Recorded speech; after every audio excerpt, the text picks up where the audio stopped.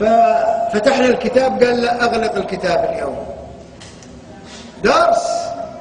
قال أغلق الكتاب، عندنا موضوع. الموضوع كله يا أخوان، الدرس كله يا أخوان من أوله إلى آخره ثناء ومدح من شيخنا الشيخ عبد المحسن العباد، يمدح ويثني على الإمام والشيخ الألباني. أنا ما بقول شيخ وتلميذ، لكنهما قرناء، كلاهما كان يدرس في الجامعة، كلاهما كان يدرس في كلية الشريعة في الجامعة الإسلامية، بل كان الشيخ عبد المحسن العباد هو المدير. وصار يثني على الشيخ ويحثنا جميعا أنه عندكم شهر من الزمان فرصة، جاءكم الشيخ إلى المدينة، لازموه وتابعوه من حلقة إلى حلقة ودرس إلى درس ما دام في هذه المدينة. ثم قال، وهذه شهادة، والشيخ ما زال حيا موجودا، قال الألباني في زماننا مثل أحمد في زمانه، لا إله إلا الله. شوفوا التواضع، مع أن اللي يعرف الشيخ واللي عاصر الشيخ وعاش مع الشيخ، عشنا معه سنوات طويلة يا أخوان، ولازمناه سنوات طويلة، والله ما رأينا مثله في الزهد، في الورع، في التقوى، في الديانة، في العلم، في التواضع. يقول الألباني في زماننا، قال أستطيع أن أقول أنه مثل أحمد في زمانه، فكما قيل في أحمد أقول الآن: إذا رأيتم الرجل يتكلم في الألباني فإنه متهم في دينه. قال بل وأستطيع أن أقول أنه ليس من أهل السنة وليس من السلفية في شيء. هذه كلمة شيخنا الشيخ عبد المحسن في الألباني. وسمعنا قبل قليل كلمة من يقول أنا لا يباريني أحد في حب الألباني. ماذا قال عن الألباني رحمة الله على الألباني؟ وأذكر أيضا وأذكر، وهذا من حقهم علي والله، شيخنا الشيخ حماد بن محمد الأنصاري رحمة الله عليه رحمة واسعة. وكان الشيخ يعني كنت كثيرا ما أصحبه أنا، لأني سكنت عند بيته ولازمته، فكنت أذهب معه إلى الجامعة يعني أيام دوامه في الجامعة وأعود معه، يعني عندي سيارة، فأنا هذا شرف عظيم أني نأخذ الشيخ ونرجع الشيخ. فركب الشيخ فقال سمعت أن الألبانية قد جاء إلى المدينة. قلت نعم شيخنا. قلت قبل ليلتين وصل. وقلت له كنا أمس في الليل معه في بيت فلان. قال يا شيخ أين هو الآن؟ قلت الآن هو في المكتبة على موعده، ووضع البرنامج أنه الآن الساعة 10 في الضحى يكون في مكتبة الجامعة. قال أنت متأكد؟ قلت نعم أنا متأكد، لأن نعرف برنامج الشيخ وكنا نلازم الشيخ إذا جاء. مو يا أخوان، مو إحنا كنا نلازم الشيخ، اللي حملنا على ملازمة الشيخ ما نأتي والله إلى مجلس من مجالس الشيخ الألباني إلا نرى مشايخنا الكبار جالسين. الشيخ عمر بن محمد بن فلاتة رحمة الله عليه، هذا من أكبر المشايخ في المدينة، مات رحمه الله، وهو تلميذ الشيخ الكبير عبد الرحمن الإفريقي، إمام وشيخ مشايخ السلفيين في المدينة. عبد المحسن العباد جالس في حلقة الشيخ، ربيع بن هادي جالس في حلقة الشيخ كل مشايخنا جالسين في حلقة الشيخ، والشيخ يدرس ويتكلم ويفتي. فكنا نحرص على مجالسه مجلسا بعد مجلس. الشاهد، نرجع لكلام الشيخ والإمام والمحدث حماد بن محمد الأنصاري رحمة الله عليه. قال أنت متأكد؟ قلت نعم، كان دائما يقول هكذا. أنت متأكد؟ قلت نعم والله يا شيخنا أنا متأكد.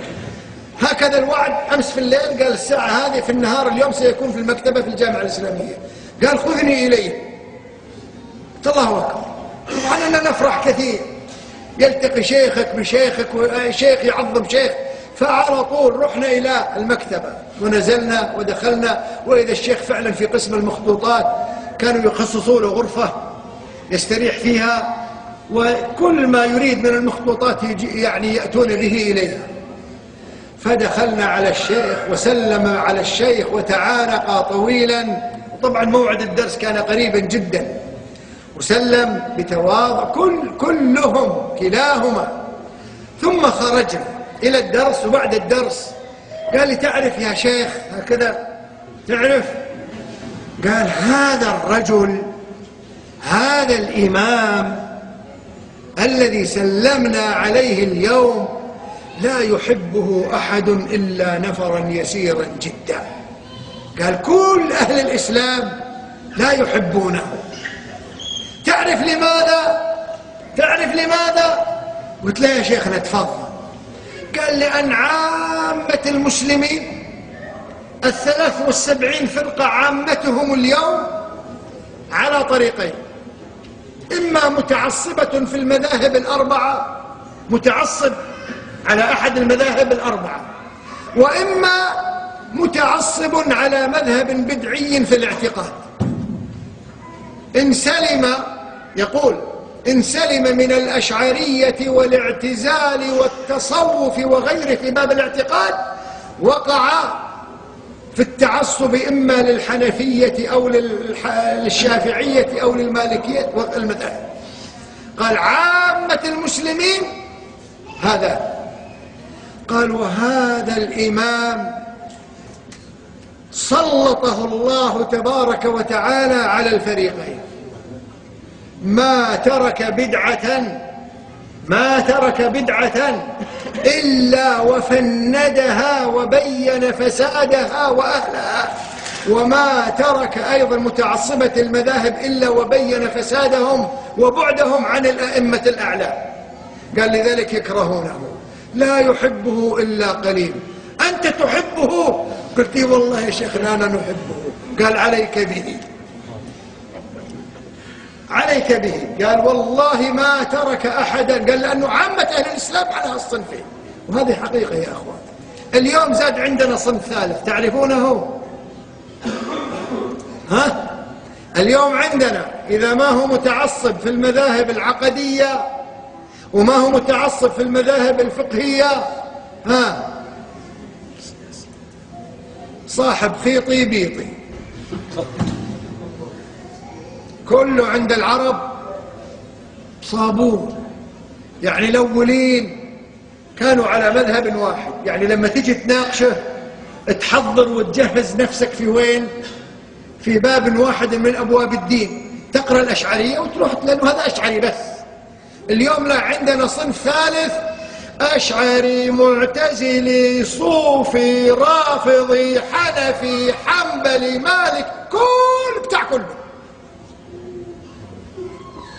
تجميع وسياسة، وعندهم كل الناس على خير.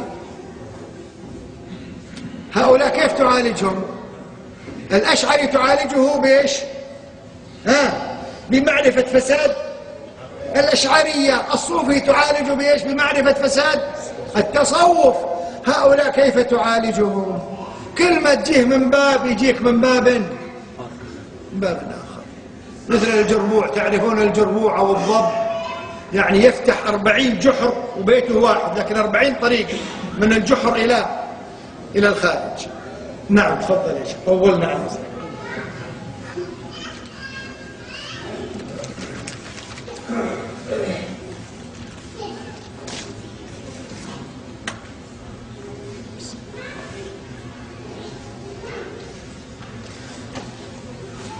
Chef zegt dat de traditie in biografieën schrijft voor dat afnoemen van de shuyukh van de persoon en zijn studenten, dat er woorden en eigenschappen van anderen over die persoon worden genoemd.